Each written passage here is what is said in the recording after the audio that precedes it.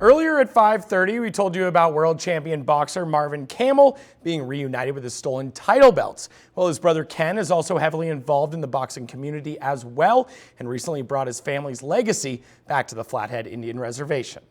Ken Camel and his brother Marvin grew up in Ronan on the Flathead Indian Reservation with dreams of one day becoming professional boxers. Both worked hard at their craft, and eventually that became a reality as they both forged successful boxing careers for themselves. Marvin went on to have a decorated career inside the ring, becoming a two-time cruiserweight world champion.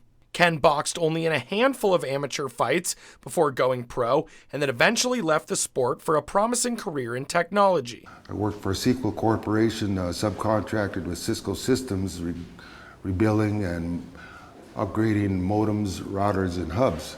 And technically, they have companies all over the world, and I could have, been all over the world.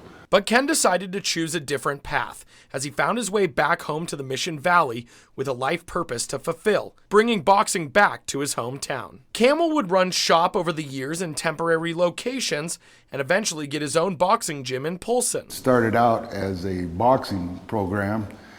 Where's the next world champion coming from? Then eventually it morphed into something a little bit more about this, the suicides and the drug abuse. If we sit there and help the kids, develop self-awareness, perhaps that in itself will be able to allow them to be more resistant to and resilient to the pressures of the society that leads towards, suicides and substance abuse. Now, 10 years after coming back, Camel has moved to a new gym in Pablo, and he's slowly but surely starting to see the positive effects. Native American reservations seeming to latch on to the idea of boxing as a self-tool for developing the warrior. And just like I said, I have a kid that came out of Ronan, and one of his counselors looked at me and says, "Thank you. I see the change in that guy." It hasn't been easy for Ken, though.